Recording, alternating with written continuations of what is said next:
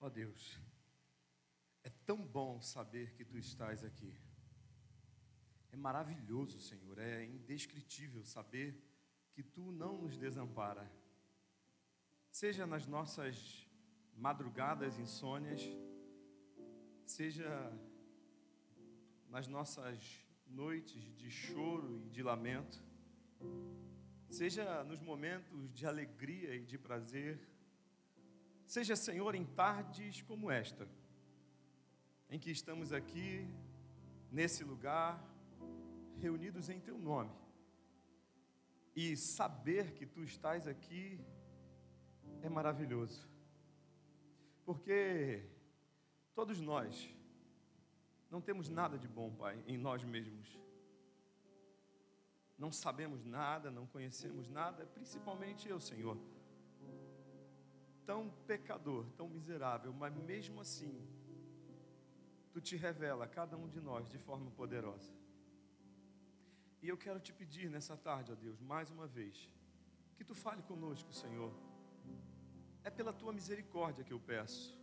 Não porque sejamos merecedores ou porque haja em nós qualquer mérito, Senhor, qualquer vantagem ou qualquer direito. Porque de fato, Senhor, o que nós deveríamos receber era condenação eterna, mas Tu nos amou. E Tu se fez nosso amigo por causa desse amor.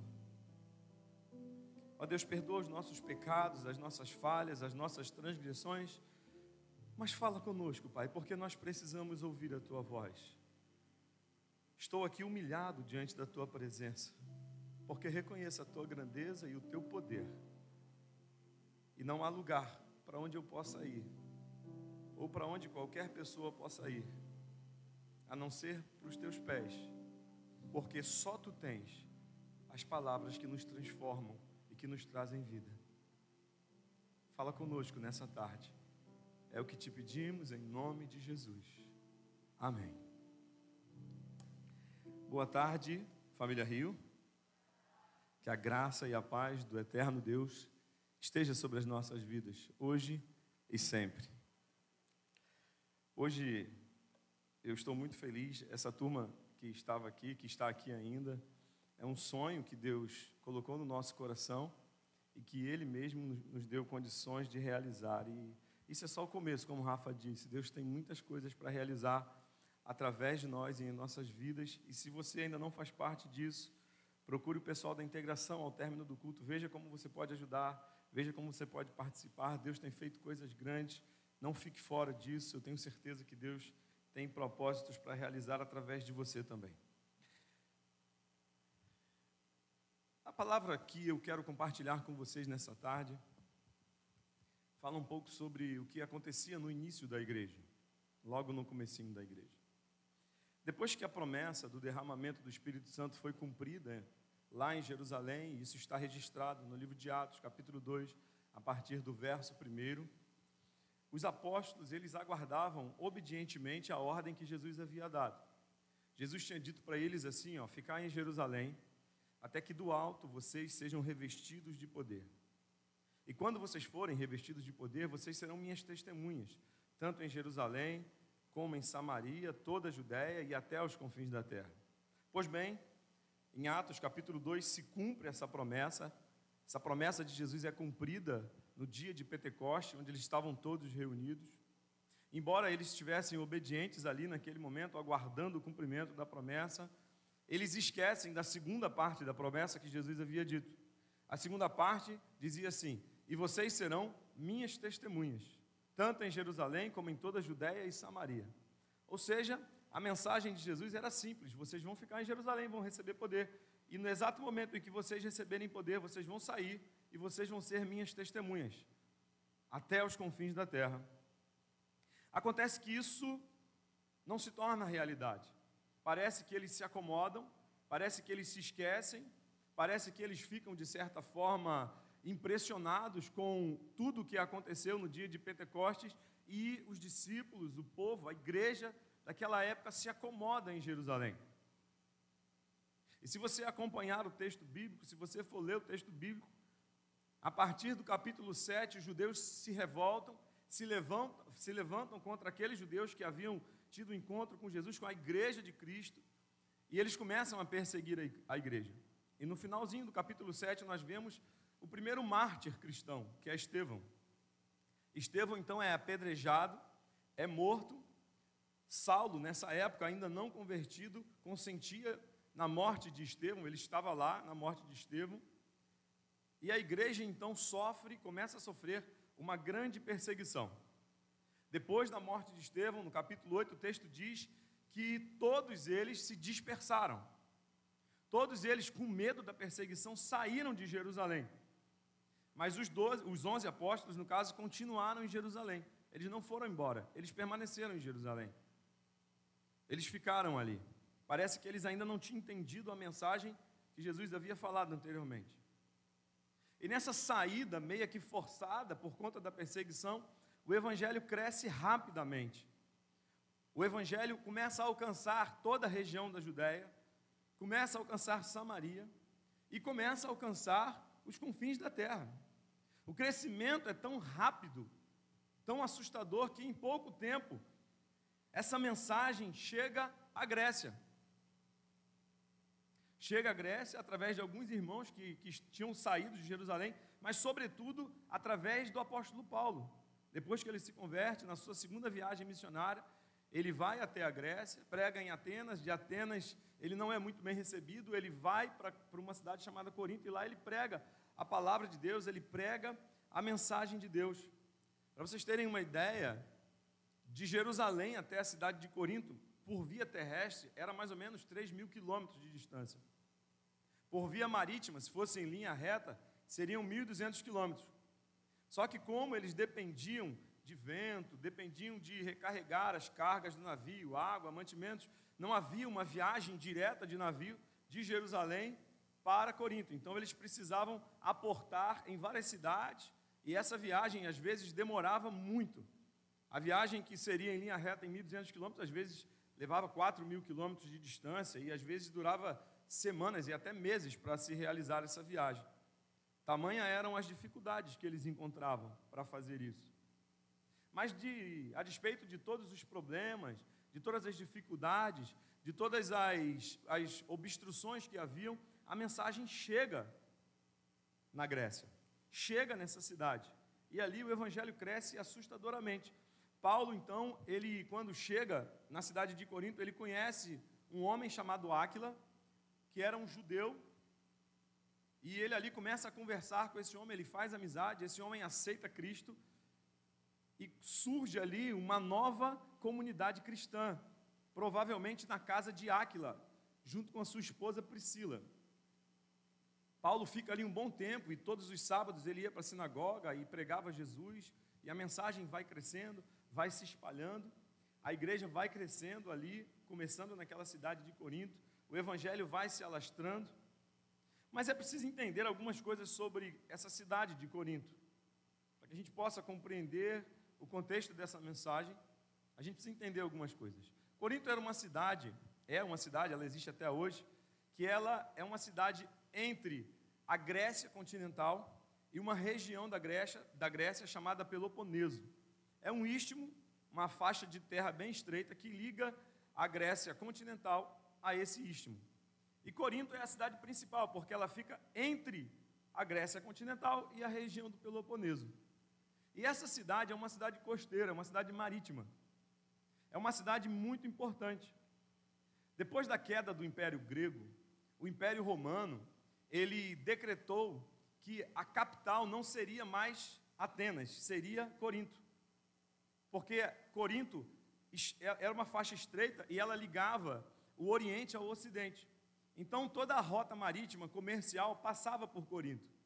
E como os romanos dominavam, eles detinham poder econômico através do controle das rotas comerciais, eles escolheram Corinto estrategicamente para que aquela cidade ali fosse então a capital, não mais da Grécia, porque os romanos deram outro nome para a região, chamada região da Acaia. Então, parece que há uma migração de Atenas para Corinto. E essa cidade era uma cidade muito importante. Muito importante porque como virou uma capital da região da Acaia, E como era uma cidade costeira e ali aportavam várias rotas comerciais, a cidade cresceu assustadoramente. Era uma cidade cosmopolita, estavam ali habitantes de várias regiões do mundo, pessoas de várias culturas diferentes, uma cidade extremamente rica, uma cidade onde havia uma efervescência cultural muito grande. Um outro fator importante que a gente precisa entender nessa cidade é que essa cidade recebeu atenção especial do Império Romano. Nessa cidade foi construído um teatro para 14 mil pessoas sentadas. Você imagina o que é isso? Hoje nós não temos aqui em Pernambuco um teatro para 14 mil pessoas sentadas. Nessa cidade tinha um teatro para 14 mil pessoas sentadas. Tamanha era a importância cultural dessa cidade. Tamanha era a relevância dessa cidade na região. Uma outra coisa que acontecia também nessa cidade eram os jogos ístmicos. Todo mundo sabe que as Olimpíadas começaram na Grécia, né? Os gregos que inventaram as Olimpíadas. Mas lá, na cidade de Corinto, aconteciam os jogos ístmicos. As Olimpíadas aconteciam de 4 em 4 anos. Os jogos ístmicos aconteciam de 2 em 2 anos. Era como se fosse um pan-americano, uma preparatória para as Olimpíadas. E todos iam competir lá nessa região, se preparando para as Olimpíadas. Então era uma região assim extremamente cultural, extremamente elitizada. E os historiadores eles dizem que nessa cidade havia cerca de 800 mil moradores. Desses 800 mil moradores, 460 mil eram de escravos. Isso denota a riqueza da cidade.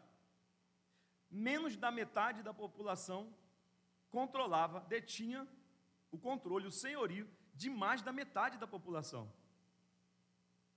Ou seja, dava em média de 1,3 escravos por habitante ali. Então todo mundo tinha um escravo naquela cidade, porque eles eram ricos, era uma cidade muito rica. Era uma cidade muito próspera. Entretanto, havia nessa cidade uma prática pagã, onde o culto que era prestado naquela cidade aos deuses do panteão romano eram cultos com práticas sexuais ilícitas e com embriaguez. Tanto é que cunhou-se um termo, uma expressão para pessoas que viviam embriagadas, que tinham uma vida dissoluta, uma vida não regrada, e esse termo era viver como um coríntio. Tamanha era a carga de imoralidade que aquela sociedade vivia. Então, essa sociedade, onde essa igreja foi plantada, era uma sociedade que era vivia costumeiramente, em uma prática de imoralidade sexual e em uma prática de adoração a deuses, a ídolos pagãos. Um outro problema e fator importante que a gente precisa destacar sobre essa cidade é que havia uma tradição cultural, intelectual muito forte. Para quem não sabe, a Grécia ela é considerada o berço da filosofia ocidental. Lá surgiram os grandes pensadores como Aristóteles, Platão, Aristófanes e outros mais. E havia uma cultura, uma carga filosófica na cidade muito grande, porque eles se arvoravam o direito da intelectualidade, da sabedoria humana, da razoabilidade. Eles discutiam muito isso.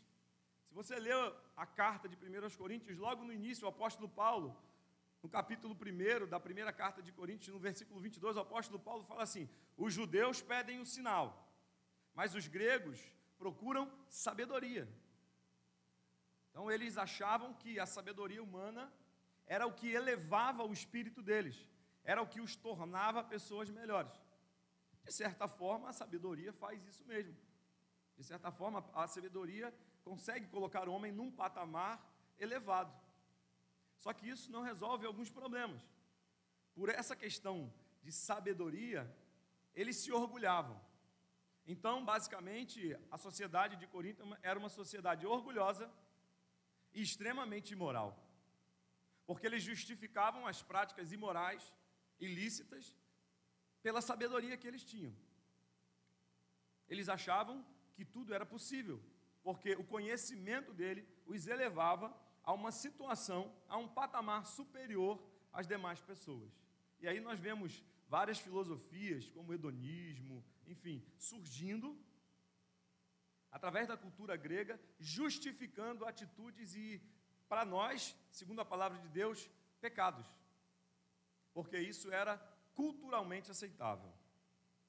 E eu queria ler com você um texto bíblico que se encontra em 1 Coríntios capítulo 2, do verso 1 ao verso 10. Por favor, abra a sua Bíblia ou ligue o seu aplicativo, eu queria ler junto com você esse texto. 1 Coríntios capítulo 2, do verso 1 ao verso 10.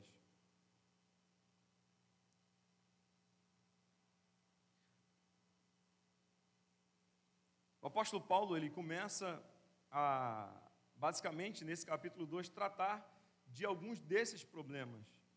E ele começa dizendo assim: eu mesmo, irmãos, quando estive entre vocês, não fui com um discurso eloquente, nem com muita sabedoria para lhes proclamar o mistério de Deus. Pois decidi nada saber entre vocês a não ser Jesus Cristo e este crucificado. E foi com fraqueza, temor e com muito tremor que estive entre vocês. Minha mensagem e a minha pregação não consistiram em palavras persuasivas de sabedoria, mas em demonstração do poder do Espírito, para que a fé que vocês têm não se baseasse na sabedoria humana, mas no poder de Deus. Entretanto, falamos de sabedoria entre os que já têm maturidade, mas não da sabedoria desta era ou dos poderosos desta era, que estão sendo reduzidos a nada. Ao contrário, falamos da sabedoria de Deus, do mistério que estava oculto, o qual Deus pré-ordenou antes do princípio das eras para a nossa glória. Nenhum dos poderosos desta era o entendeu, pois se o tivessem entendido, não teriam crucificado o Senhor da glória. Todavia, como está escrito, nenhum olho viu, nenhum ouvido ouviu, mente nenhuma imaginou o que Deus preparou para aqueles que o amam. Mas Deus a revelou a nós por meio do Espírito. O Espírito sonda todas as coisas, até mesmo as coisas mais profundas de Deus. O principal tema deste trecho aqui, o que Paulo quer tratar, é justamente essa questão da sabedoria. Em outras palavras, ele está dizendo que o homem jamais pode conhecer a Deus através da sua própria sabedoria.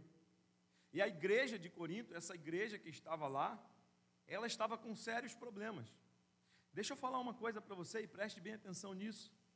Nenhuma igreja inserida em uma sociedade, seja ela qual for, ela não está imune à cultura. A cultura, ela não só permeia, como também influencia a nossa relação com Deus e com o próximo. Isso é bom, Deus gosta disso, tanto é que lá em Apocalipse, o texto fala assim: bem-aventurado porque foste morto e com teu sangue compraste para Deus homem de toda tribo, língua e nação. Está falando de cultura, tribo, língua e nação. Então essas características culturais foi Deus que preparou, foi Deus que proporcionou para que nós tivéssemos. Entretanto, algumas características culturais, como é o exemplo dessa cidade de Corinto aqui, elas atrapalhavam, elas interferiam o relacionamento de Deus com a igreja e da igreja com Deus. E a igreja estava sofrendo. A situação era crítica daquela igreja. Mesmo para um povo que se julgava muito sábio, muito conhecedor da cultura, muito conhecedor da filosofia, isso estava destruindo aquela igreja. Além disso, pesava sobre aquela igreja, se você ler o texto de 1 Coríntios, você vai ver, pesava sobre aquela igreja uma reputação muito forte de uma igreja que era extremamente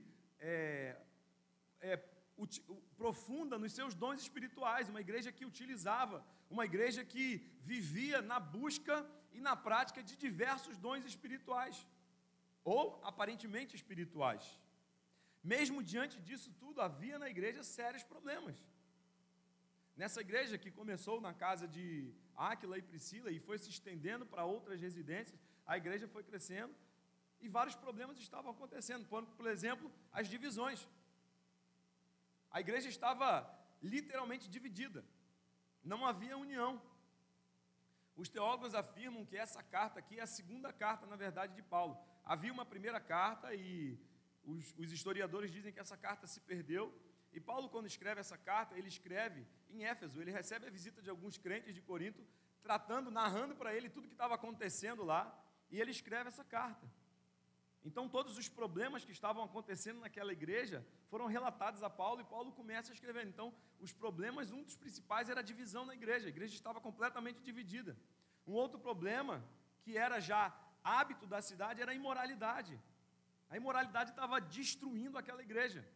E quando eu falo de imoralidade, o texto bíblico aqui fala de imoralidade sexual, perversão. Eles estavam completamente perdidos, distanciados do evangelho. Havia também nessa igreja um problema muito forte entre litígio judicial. Os irmãos estavam brigando, estavam indo para a justiça para resolver as suas causas. E o apóstolo Paulo assevera em alguns momentos: será que não existe entre vocês ninguém sábio que possa julgar entre vocês? Já não bastassem haver divisões, vocês ainda estão extrapolando, estão indo para a justiça para discutir, para brigar. Havia também nessa igreja uma prática imprópria durante a celebração da Santa Ceia. Então eles estavam misturando objetos de culto pagão à celebração da Santa Ceia. Eles estavam transformando o que eles haviam aprendido em uma prática pagã, que para Deus era abominável. Por isso o apóstolo Paulo, ele vai dizer: porque eu recebi do Senhor o que também vos ensinei, que o Senhor Jesus, na noite que foi traído, tomou o pão, e tendo dado graças, o partiu e disse: tomai e comei, este é o meu corpo que é partido por vós, fazei isso em memória de mim, porque todas as vezes que comerdes este pão e beberdes este cálice, anunciais a morte do Senhor até que venha. Paulo está ensinando que aquele momento da ceia era um momento de anunciação da morte e da vinda do Senhor. E aí eles transformaram aquele momento num banquete, numa festa profana, muito similar, muito parecida com as festas pagãs que eles estavam acostumados a fazer. Aquela igreja sofria de sérios erros doutrinários acerca da ressurreição, porque eles colocaram conceitos filosóficos dentro do Evangelho, e aí misturaram conceitos distorcidos acerca da ressurreição e daquilo que iria acontecer no final dos tempos. E havia também um problema naquela igreja que Paulo trata aqui, que era um problema de generosidade. Embora aquela comunidade fosse uma comunidade muito rica, embora aquela igreja fosse uma igreja muito próspera, porque estava num lugar privilegiado, ela não era uma igreja generosa. Tanto é que você vai ver no final do livro, Paulo pedindo a esses crentes que fossem generosos e que ofertassem para os irmãos de Jerusalém, porque eles estavam passando apertos em Jerusalém. Então vejam, uma igreja rica, uma igreja grande, uma igreja próspera, mas cheia de problemas. Então Paulo escreve essa carta para tratar esses problemas. E é interessante, quando a gente começa a estudar o texto de 1 Coríntios, logo no primeiro capítulo, Paulo faz uma advertência muito clara a esses irmãos. Se você puder, abra sua Bíblia em 1 Coríntios capítulo 1, a partir do verso 2. Olha o que o apóstolo Paulo diz, veja o que ele está dizendo. A igreja de Deus que está em Corinto, aos santificados em Cristo Jesus, e chamados para serem santos, com todos os que em toda a parte invocam o nome de nosso Senhor Jesus Cristo, Senhor deles e nosso. Ele fala duas coisas aqui bem interessantes: aos santificados e aos que são chamados para serem santos. É interessante que Paulo já chega pegando pesado com eles. Ele lembra para eles, que eles haviam sido santificados e que havia sobre eles um chamado para serem santos. Alguns teólogos defendem que a santificação, ela acontece em 3 estágios da nossa vida. E eu quero destacar pelo menos 2 desses 3 estágios. O primeiro dele é como um ato que tem começo definido na regeneração. Ocorre uma ruptura definitiva entre o poder do pecado e a nossa vida. Ou seja, o pecado ele exerce senhorio sobre nós, e quando nós somos alcançados pela graça de Deus e somos lavados pelo sangue regenerador de Jesus Cristo, há uma ruptura, há uma quebra, há uma separação, não só com o poder do pecado, mas também com o amor ao pecado. E isso acontece para que o crente não seja mais regido pelo pecado, e nem dominado, e nem tenha mais atração de amor pelo pecado. Então essa ruptura inicial que acontece na regeneração, ela se dá quando nós somos alcançados pela graça de Deus. Por isso nós fomos declarados santos, né? Lá em Hebreus capítulo 10, se você ler o texto, você vai ver que o texto diz que nós fomos santificados por meio do sacrifício de Jesus. Ou seja, o sacrifício dele nos tornou santos, nos fez santos, aceitáveis ao Senhor, separados para o Senhor. Em outros textos, como por exemplo o texto de Tito, você vai ver que não são por causa dos nossos atos de justiça que nós somos declarados santos, mas devido à misericórdia dele. Ele nos salvou e nos tornou santos através do Espírito que nos renovou, que nos regenerou. Então, quando nós somos alcançados pela graça, ele nos torna santos. Esse é o primeiro aspecto da santificação. E o segundo aspecto da santificação, ele é como um processo que continua por toda a nossa vida. Ou seja, ele nos chama, nos torna santo, nos faz aceitáveis diante de Deus, e depois diz para nós: agora vocês precisam continuar o processo. Lá em Hebreus capítulo 12, o texto diz assim: livramo-nos de todo o pecado que nos atrapalha e que nos rodeia, que nos envolve, e corramos com perseverança a carreira que nos está proposta.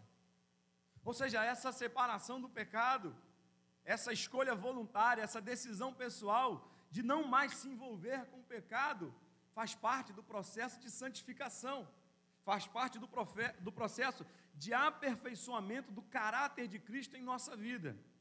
Em Hebreus ainda, o autor ele diz, né, que nós devemos seguir sempre com a paz, seguir a paz com todos e a santificação, sem a qual ninguém verá o Senhor. É interessante porque ele diz que ninguém consegue ver Deus sem santificação. E esse texto ele tem uma aplicação dupla na nossa vida. Ninguém consegue ver Deus na nossa vida se não formos santos, se não vivermos uma vida de santificação. E nós não conseguimos enxergar Deus, não conseguiremos ver Deus se não tivermos esse processo de santificação.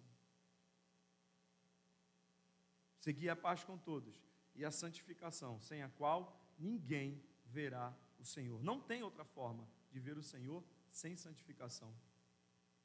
Em 1 Pedro, o apóstolo Pedro, ele faz uma narrativa muito linda sobre santificação. Ele diz assim: mas assim como é santo aquele que nos chamou, sejam santos também vocês em tudo o que fizerem. Ou seja, em tudo o que eu for fazer, em todo o meu procedimento, em todo o meu caminhar, em toda a minha vida, eu preciso ser santo, eu preciso viver uma vida de santidade, é um processo. Precisa me acompanhar, precisa estar junto comigo. E aí ele completa dizendo: pois está escrito, sejam santos como eu sou santo, diz o Senhor. Então nós vemos que o apóstolo Paulo está chamando a realidade daqueles crentes lá de Corinto, fazendo eles acordar, dizendo para eles: olha, não esqueçam, Deus os santificou, os tornou santos, mas vocês precisam viver em santidade, porque foi para isso que vocês foram chamados. Ou seja, ele está dizendo para aquela igreja de Corinto ali: acorda, o que vocês estão fazendo? O que vocês estão buscando? O que vocês estão pensando da vida de vocês? E o terceiro estágio de santificação, que a teologia diz, é que a santificação ela só se completa, ela se concretiza, a gente alcança o topo, o ápice da santificação, ou quando a gente morre, ou quando a gente é arrebatado. E aí é o estado da santificação permanente. Mas enfim, diante dessas características, dessa cultura tão diversa, desse caldeirão multicultural que existia na cidade de Corinto, diante de tudo isso que acontecia, aquele ambiente era um ambiente extremamente pernicioso para a igreja. E os crentes dali logo se dividiram. Uma boa parte achava que eles deveriam participar de tudo o que acontecia na cidade, deveriam se envolver e deveriam ter as mesmas práticas, porque no seu conceito humano, filosófico, de sabedoria, isso não interferia em nada a sua relação com Deus, porque eles estavam adotando padrões filosóficos para a sua fé. Alguns insistiam que essa associação era extremamente necessária. Eles diziam que a igreja deveria não só estar onde isso acontecia, mas também praticar as mesmas coisas que aquelas pessoas praticavam. E se você ler o texto de Corinto, se você fizer a leitura do texto bíblico de Corinto, você vai ver como essa igreja estava envolvida em práticas pagãs, em atos de imoralidade, em atos de perversão, e achava que isso era normal, achava que isso fazia parte da sua vida.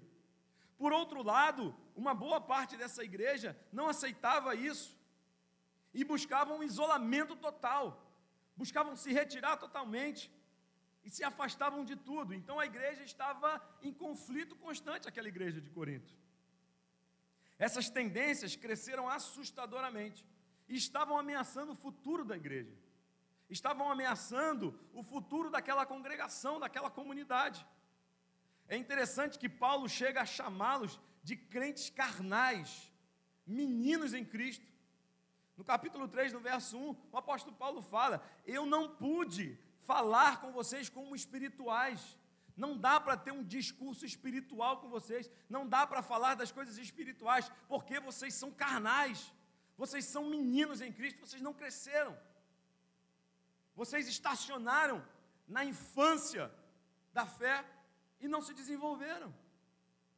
Paulo exorta, então, escrevendo essa carta, e chama a atenção para que eles deveriam viver uma vida de unidade. Paulo começa, então, a pontuar tudo o que eles precisavam saber e entender acerca do Evangelho, pois a mensagem do Evangelho estava sendo corrompida. Eram crentes filosóficos, estavam amoldando Cristo à sua convicção filosófica, estavam enquadrando o Evangelho na sua realidade filosófica, estavam adaptando as verdades do Evangelho, distorcendo, corrompendo a palavra de Deus de acordo com a sua vã filosofia, com a sua sabedoria humana. A especulação intelectual e o orgulho eram utilizados para interpretar filosoficamente o texto bíblico, os ensinamentos de Jesus. Cada um buscava imprimir Cristo com a sua marca registrada. Cada um procurava fazer com que a igreja se adaptasse à sua convicção filosófica. Cada um tentava dar um jeitinho e enquadrar o Evangelho naquilo que ele achava que era melhor. E essa arrogância, essa pretensão, fez com que a igreja se tornasse uma igreja infantil. Fez com que a igreja se tornasse uma igreja fraca, uma igreja fria, uma igreja morta espiritualmente. Paulo então escreve esse capítulo 2 e logo no início do capítulo 2 ele já trata do assunto com muita propriedade. Ele já vem dizendo, se você puder acompanhar, versículo 1 do capítulo 2, eu, irmãos, quando estive entre vocês, não fui com discurso eloquente, nem com muita sabedoria para lhes proclamar os mistérios de Deus. Veja que Paulo começa a tirar o foco daquela igreja da mentalidade da sabedoria humana, da ponderação filosófica, dos conceitos filosóficos, e começa a trazer para a realidade da Bíblia. Ele diz: eu não fui com um discurso eloquente de muita sabedoria. Eu não fui pregar para vocês com um discurso preparado. Paulo já havia tido uma experiência anterior quando ele passa em Atenas e ele vê a discussão dos filósofos no Areópago. Paulo já conhecia, sabia como era a mente filosófica grega. E aí ele diz: meus irmãos, não foi assim que eu fui pregar para vocês. Vocês não me conheceram pregando essa mensagem filosófica. Não foi assim. Aí ele diz: a minha mensagem, versículo 4, e a minha pregação não consistiram em palavras persuasivas de sabedoria. Ou seja, eu não vim falar para vocês com palavras bonitas, eu não vim falar com vocês com palavras de persuasão, baseadas em conhecimento humano. E aí no versículo 4, a parte B, ele diz: mas em demonstração do poder do Espírito. Ou seja, a mensagem que eu preguei para vocês não foi uma mensagem baseada em um conceito filosófico, baseada em uma teoria humana. Não foi uma mensagem baseada no poder do Espírito. E aí ele diz por quê? Versículo 5, para que a fé que vocês têm não se baseasse em sabedoria humana, mas no poder de Deus. Não dá para conhecer Deus através da sabedoria humana, só através do poder dele e da palavra dele. Ou seja, Paulo está dizendo, olha, a sabedoria humana aqui não faz nada, porque tudo isso vem de Deus. No versículo 6, ele vem dizendo, entretanto, falamos de sabedoria entre os que já têm maturidade, mas não da sabedoria desta era, ou dos poderosos desta era. Poderosos desta era, dos filósofos, dos conceitos que haviam naquela sociedade. E ele diz assim, que estão sendo reduzidos a nada. Essa sabedoria humana, esse conhecimento humano, essa intelectualidade, essa soberba que vocês têm e que vocês usam por serem gregos, por serem berço da filosofia ocidental, do pensamento, isso está reduzido a nada, isso não é nada, isso não serve para nada. Ao contrário, versículo 7, falamos da sabedoria de Deus. O mistério que estava oculto, o qual Deus pré-ordenou antes do princípio das eras para a nossa glória. E aí quando Paulo vai falando isso, parece que ele dá uma pausa no texto. Ele faz uma pausa nesse texto e ele diz assim, no versículo 8. Ele começa dizendo assim no versículo 8: nenhum dos poderosos desta era o entendeu, pois se o tivessem entendido, não teriam crucificado o Senhor da glória. Ou seja, a sabedoria de Deus, os mistérios, vocês não entenderam, vocês não conheceram. Porque se eles tivessem conhecido, não teriam crucificado o Senhor da glória. Aí o versículo 9 ele fala, todavia, como está escrito, nenhum olho ouviu, nenhum ouvido ouviu, mente nenhuma imaginou que Deus preparou para aqueles que o amam. Mas Deus o revelou a nós por meio do Espírito. O Espírito sabe todas as coisas e até mesmo as coisas mais profundas de Deus. Paulo cita então alguns textos do Antigo Testamento. Isaías 64:4, Isaías 67:17, Isaías 52:15, que falam sobre o que o homem não conhecia, sobre o que o homem não havia visto, sobre o que o homem não havia ouvido, sobre o que o homem não havia sentido no seu coração. Com essas citações, parece que Paulo tira o discurso deles da humanidade, da sabedoria humana, do conceito humano filosófico, de conhecimento, e leva para uma outra esfera. Paulo começa a falar de coisas celestiais. Paulo começa a falar de coisas grandiosas. Paulo começa a dizer para eles, olha, vocês estão perdendo tempo com essas coisas humanas, vocês estão perdendo tempo com essa filosofia barata, com essa sabedoria barata de vocês, mas Deus não revelou, não foi coisa assim não, Deus revelou, foi coisa excepcional, foi coisa espiritual, foi coisa de uma outra esfera, de um outro patamar, de um outro plano. O apóstolo Paulo está dizendo, embora a sabedoria de vocês possa elevar vocês em conhecimento, a sabedoria de Deus eleva vocês para uma vida diferente, para uma vida espiritual. É o poder de Deus para a transformação da sua vida. É o poder de Deus que muda quem você é, que tira você do pecado e coloca você numa vida de santificação, que tira você das coisas circunstanciais do mundo, que tira você do pecado que tão de perto nos rodeia e te eleva para uma vida para estar mais perto de Deus, porque sem a santificação ninguém verá o Senhor. É como se Paulo estivesse dizendo, vocês estão olhando para o mundo, vocês estão vendo o mundo, vocês estão vendo as obras da carne, eu quero que vocês vejam Deus. Eu quero que vocês vejam as coisas espirituais. É claro que o texto que o apóstolo Paulo está falando se refere a coisas que estavam acontecendo.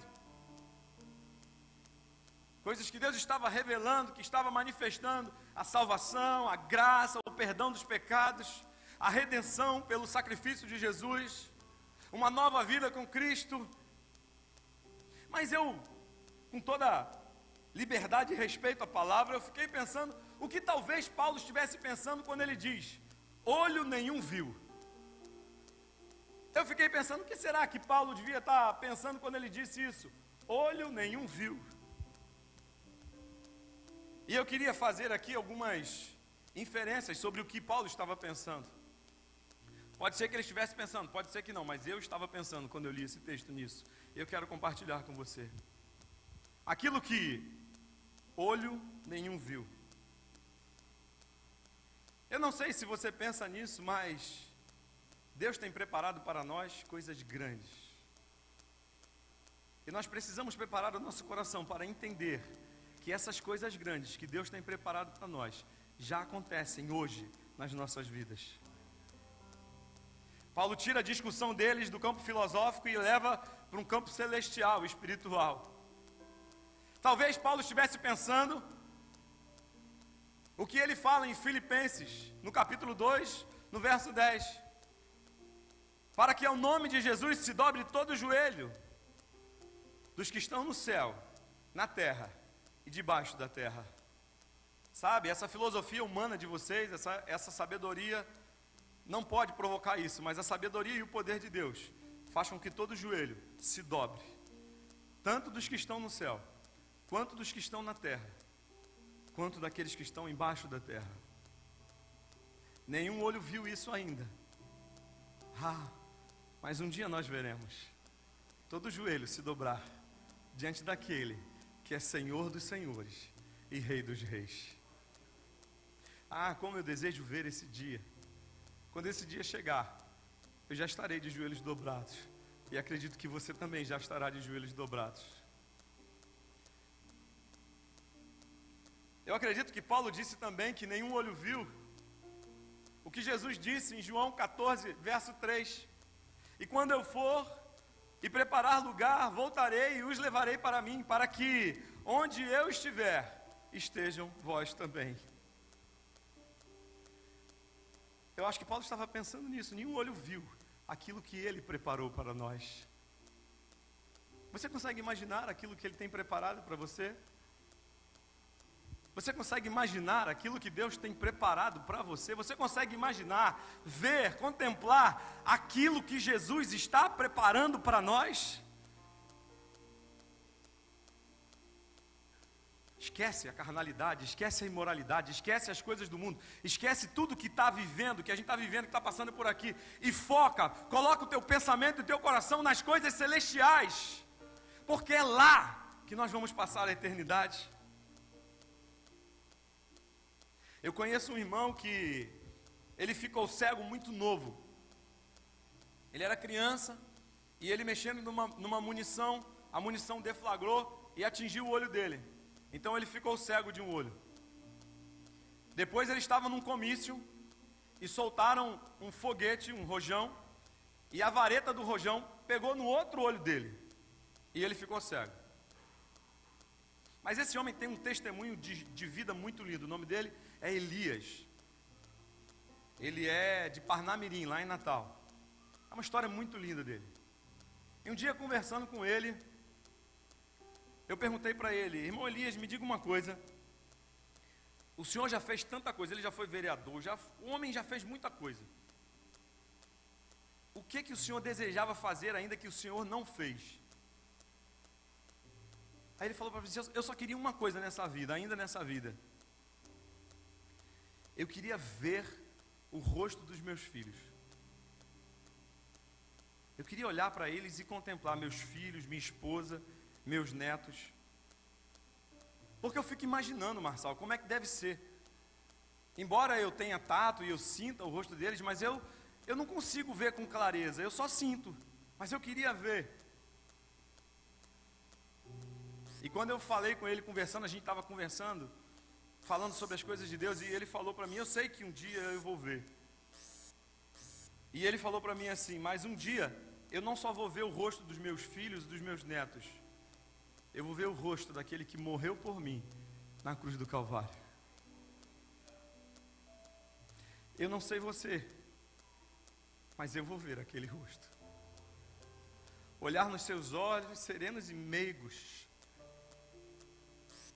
e poder adorá-lo face a face.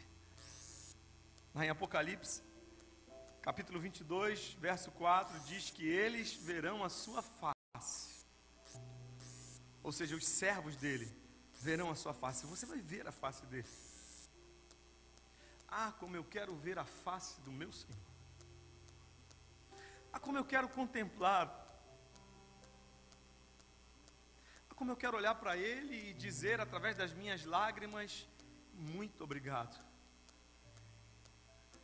Muito obrigado, porque o seu sacrifício me garantiu a oportunidade de vê-lo face a face.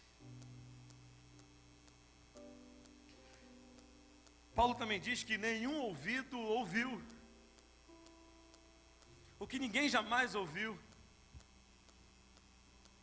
Lá em Jó capítulo 37, Eliú, quando está falando para Jó, ele faz uma declaração muito linda, ele diz assim: diante disso meu coração bate aceleradamente e salta do seu lugar. Ouça, escute o estrondo da sua voz, o trovejar da sua boca. Ele solta os seus relâmpagos por baixo de toda a extensão do céu e os manda para os confins da terra. Depois vem o som do seu grande estrondo, ele troveja com sua majestosa voz. Quando a sua voz ressoa, nada o faz recuar. A voz de Deus troveja maravilhosamente. Ele faz coisas grandiosíssimas acima do nosso entendimento. Olha que Paulo está dizendo para aqueles homens: parem com essas discussões, parem com essa vida medíocre e tentem entender e ouvir aquilo que Deus está fazendo. Ouça a voz dele. Sabe, um dos dias que eu mais gosto é quando está chovendo e trovejando. Embora aqui não tenham muitos trovões, eu fiquei muito feliz porque há uns dias atrás trovejou aqui, eu fiquei feliz da vida, porque eu fico imaginando como deve ser a voz de Deus. Eu fico imaginando como é que deve ser a voz dele dizendo para cada um de nós: vinde, benditos de meu Pai. Aquela voz que troveja dizendo: possuí por herança o reino que vos está preparado antes da fundação dos séculos. Venham, tomam posse, é de vocês. Eu preparei para vocês. Imagina aquela voz como uma voz de muitas águas, dizendo o meu nome, chamando o meu nome. Sabe, nenhum ouvido ouviu ainda, quando todo joelho se dobrar e toda língua confessará que Jesus é o Senhor, para a glória de Deus Pai. Ah, como eu quero ver esse dia, como eu quero ouvir esse dia, a voz de toda a humanidade declarando: Ele é o Senhor. Como eu quero estar naquele dia lá. As minhas vozes, as nossas vozes, as vozes de toda a humanidade, aqueles que se dobraram em reconhecimento à grandeza de Deus, à grandeza do Senhor, e declarando para todos ouvirem: Ele é o Senhor. Nenhuma mente imaginou, ou seja, olha, essa discussão que vocês estão tendo, essa vida que vocês estão levando é infrutífera, é carnal. Deus tem coisas maiores para vocês, Deus tem coisas eternas para vocês. O que ninguém sentiu ou o que pensou que poderia sentir.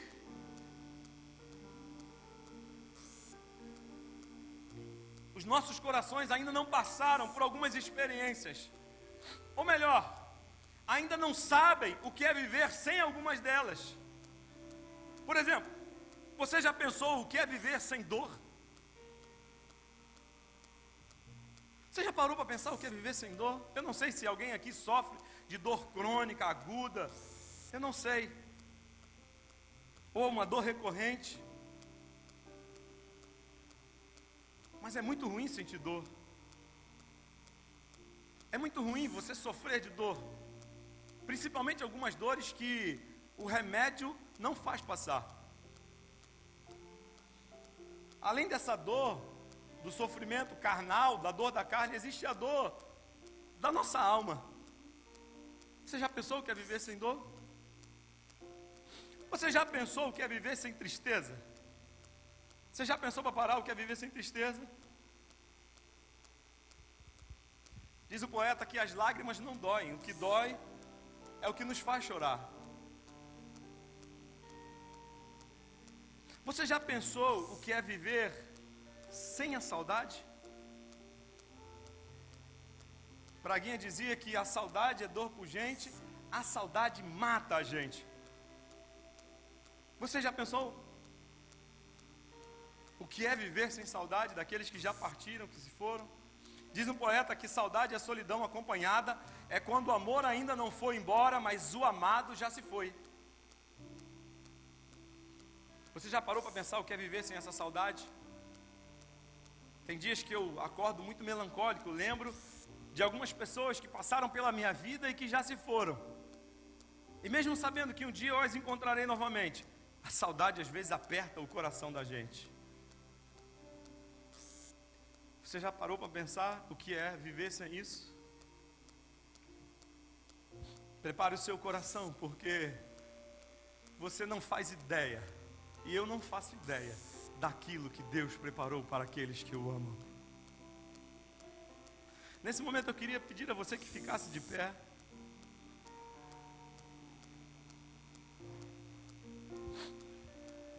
Se você puder, feche os seus olhos. Eu já estou caminhando para concluir essa mensagem, mas eu quero antes falar algumas coisas para você.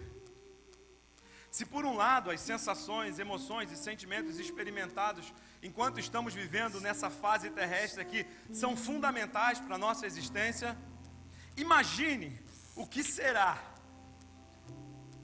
essas emoções, esses sentimentos que Deus preparou para nós durante a eternidade.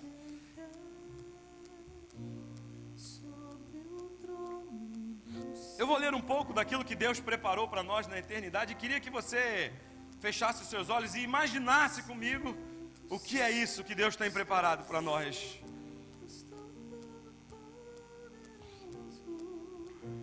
Então vi novos céus e nova terra, pois o primeiro céu e a primeira terra tinham passado e o mar já não existe mais. Vi a cidade santa, a nova Jerusalém que descia dos céus, da parte de Deus, preparada como uma noiva, adornada para o seu marido. Ouvi uma forte voz que vinha do trono e dizia: agora o tabernáculo de Deus está com os homens, e com os quais ele viverá. Eles serão seu povo, e o próprio Deus estará com eles e será o seu Deus. Ele enxugará dos seus olhos toda a lágrima. Não haverá mais morte, nem tristeza, nem choro, nem dor, pois a antiga ordem já passou. Não haverá mais morte, não haverá mais tristeza, não haverá mais choro nem dor, porque a antiga ordem já passou. Aquele que estava sentado no trono disse: estou fazendo novas todas as coisas. Estou fazendo nova todas as coisas. E acrescentou dizendo: escreve isto, pois estas palavras são verdadeiras e dignas de confiança. Disse mais: está feito, eu sou o alfa e o ômega, o princípio e o fim.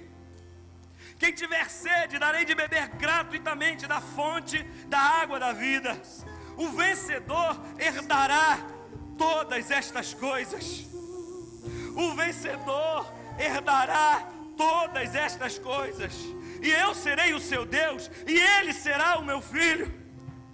Mas os covardes, os incrédulos, os depravados, os assassinos, os que cometem imoralidade sexual, os que praticam feitiçaria, os idólatras e todos os mentirosos, o lugar deles será no lago de fogo, que arde como enxofre. Esta é a segunda morte.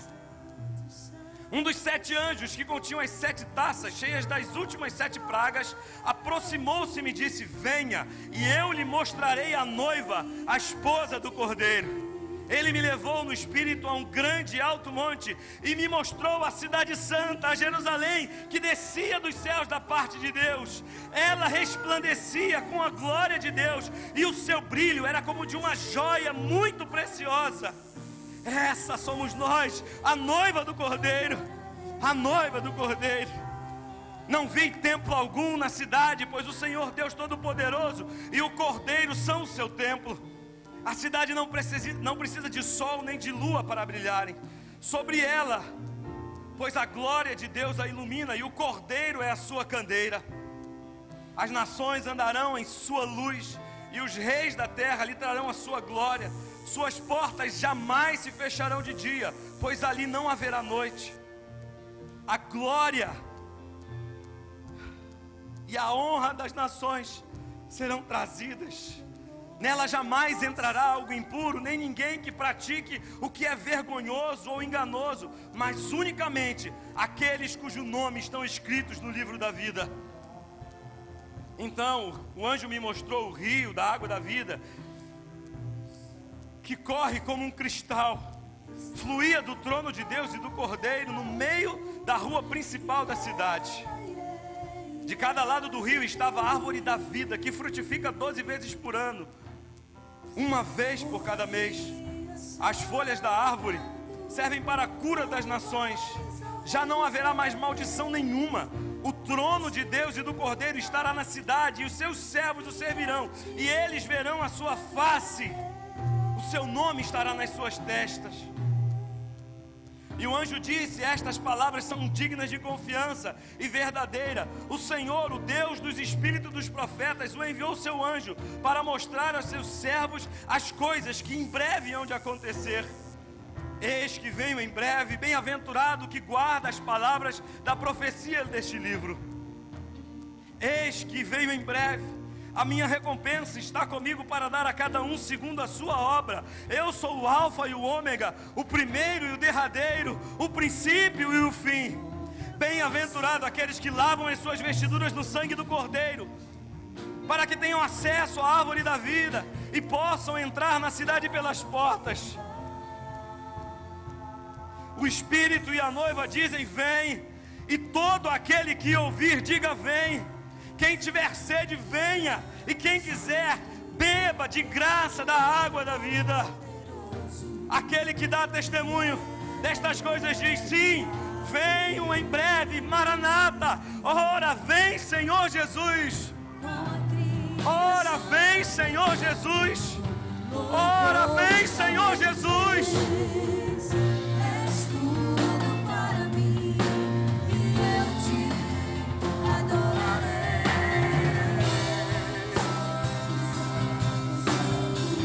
Faça dessa música a sua oração. Santo, santo é o Senhor.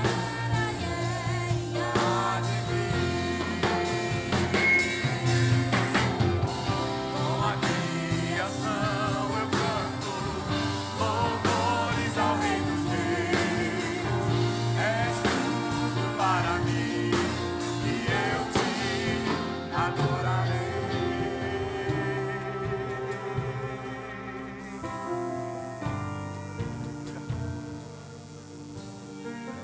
Ele é digno. Ele que nos tirou da morte e nos levou para a vida.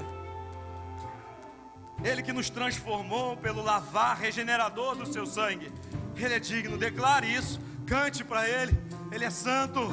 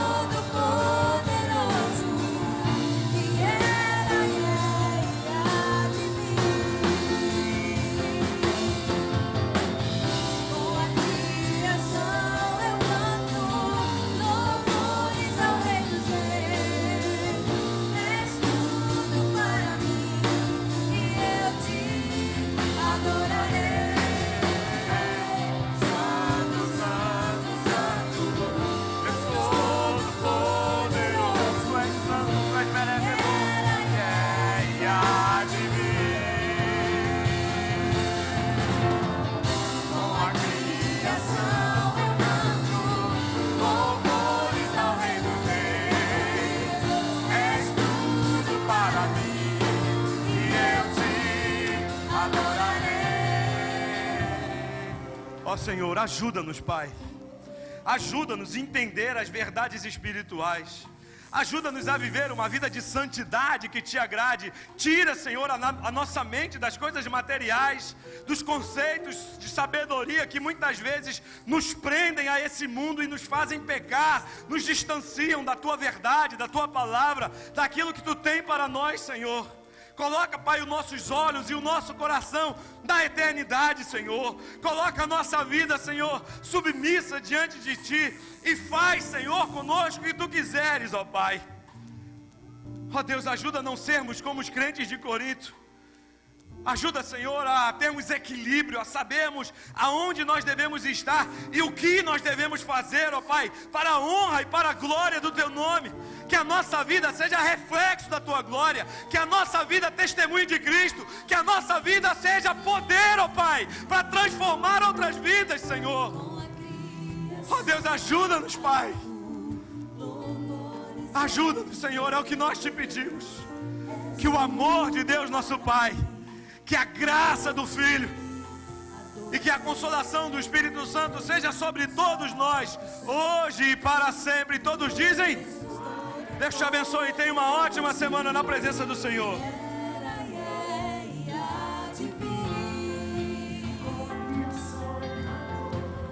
Com a criação eu canto louvores ao Rei dos Reis. Tu és tudo para mim e eu te adorarei.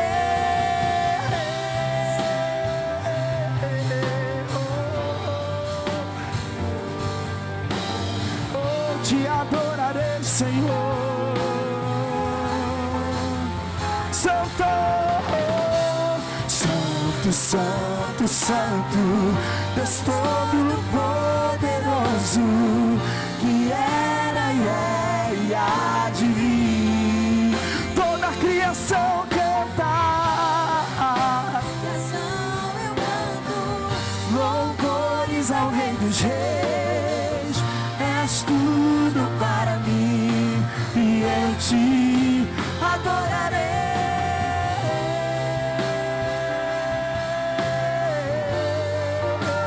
poderoso, que era e é e há de vir. Com a criação eu canto louvores ao Rei dos Reis. És tudo para mim e eu te adorarei. Te adoramos, Pai.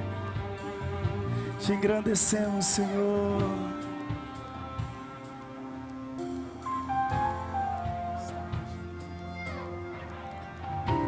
Está vestido do arco-íris, sons de trovões, luzes, relâmpagos. Jesus, Jesus, teu nome é força, é fôlego de vida, misteriosa água viva.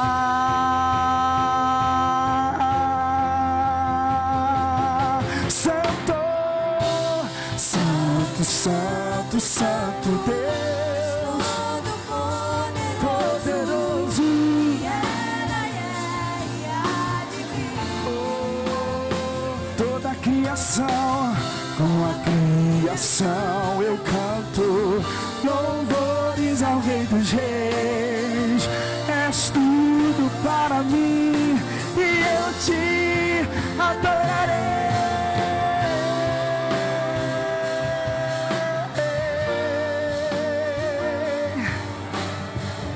Que era e é e há, Ele vem, Ele vem. Com a criação Eu canto louvores ao Rei dos Reis. és tudo para mim e eu te adorarei.